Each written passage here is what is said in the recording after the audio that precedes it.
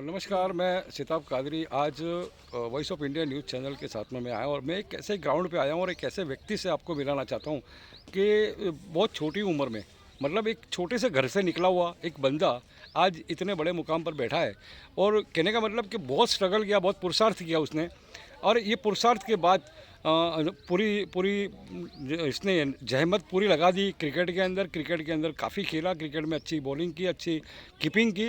और उसके बाद उसने देखा कि मुझे कुछ करना है અને મન હોય તો માળવે જવાય, જે ગુજરાતીમાં કહેવત છે કે મન હોય તો માળવે જવાય, એ રીતે એને નક્કી કર્યું કે મારે કંઈક કરવું છે અને મારે અહીંથી ક્રિકેટરોને કોઈપણ ભોગે આગળ જવા દેવું છે. હું નથી કરી શક્યો પણ મારા અહીંયા તૈયાર થયેલા છોકરા ગુજરાતના અંદર અને દેશની ક્રિકેટની ટીમમાં નામ રોશન કરે એવા નીમ સાથે, એવા એક સારી ભાવના સાથે પ્રકાશ પટણી કે જેઓ ઉર્વિલ પટેલ, જે ઉર્વિલ પટેલ નામ તો બધા જ જાણે છે કારણ કે ઇન્ટરનેશનલ પ્લેયરમાં એની અત્યારે ગણતરી થાય છે. આઈપીએલ હમણાં રમ્યા અને મહેન્દ્રસિંહ ધોનીના આદેશથી એમને છેલ્લી મેચ આઈપીએલની રમવા મળી હતી ને એના અંદર એમણે પોતે પોતાનું કૌવત દેખાડ્યું છે.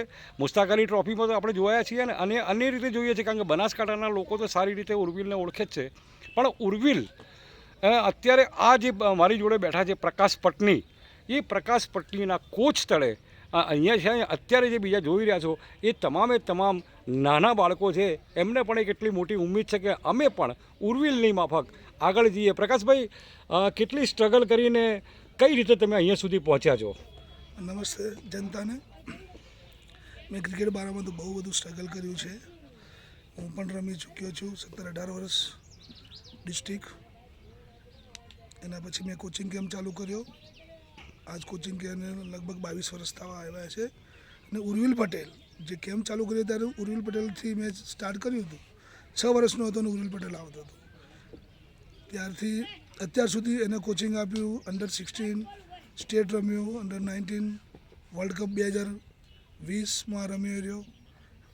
એના પછી અત્યારે 2025માં CSK તરફથી સિલેક્ટેડ થયો છે અને લાસ્ટ મેચ એને રમવા મળી છે. એને પરફોર્મન્સ સારું આપ્યું છે અને અત્યારે મારું નામ જે કર્યું છે ઉર્વિલે, કે એનો હું કોઈ શબ્દમાં વર્ણન નથી કરી શકતો. એટલું મસ્ત મારું નામ કરી નાખ્યું છે મોટું.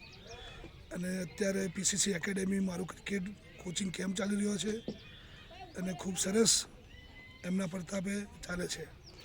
પ્રકાશભાઈ, અહીંયા અંડર-19 છે, અંડર-16 છે ને નાની ઉંમરના છે, તો કેટલા ખેલાડીઓ અત્યારે પણ ગુજરાતમાં રમી ચૂક્યા છે તમારા ઉર્વિલ સિવાય? મારા ઉર્વિલ સિવાય કુશ પટેલ છે, સતીશ દેસાઈ છે, પછી રવિ ઠાકોર છે, યુનિવર્સિટી રમ્યો છે, સુરજ સોલંકી રમ્યો છે. એવા લગભગ 10-15 છોકરાઓ સ્ટેટ રમી ચૂક્યા છે મારા તરફથી. ઉર્વિલ અત્યારે નેશનલ પર રમે છે, શું ખુશી વ્યક્ત કરો છો એના માટે? ખુશી સર, તો ખુશીથી તો અમે એટલા વધારે ખુશ છીએ કે જેથી કરીને અત્યારે એ વધારે ઇન્ડિયા તરફથી રમે, IPLની ઘણી બધી સિઝનો રમે અને હજુ ઘણું બધું બાકી છે ઉર્વિલ માટે. તમારા કોચિંગ ક્લાસમાં દીકરીઓ પણ આવે છે? આ દીકરીઓ આવે છે. એક નિહારિકા છે ડાભી, એક વર્ષા સ્પોર્ટ્સવાળા છે ચમનભાઈ ઠાકોર, એમની દીકરી આવે છે.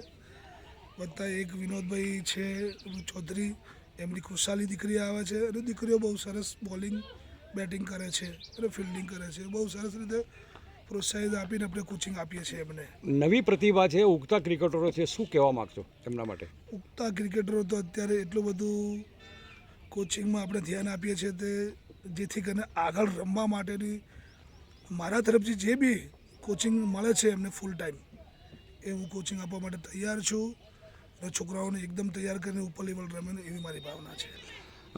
આ હતા પ્રકાશ પટણી અને એમણે અત્યારે જે રીતે જે પરિસ્થિતિ નિર્માણ થઈને એકદમ નીચેથી ઉપર આવ્યા હતા અને ઉપર આવ્યા પછી જો મન હોય તો માળવે જવાય કહેવતને સાર્થક કરતા પ્રકાશ પટણીએ આજે પોતે પણ સારા મુકામ પર છે.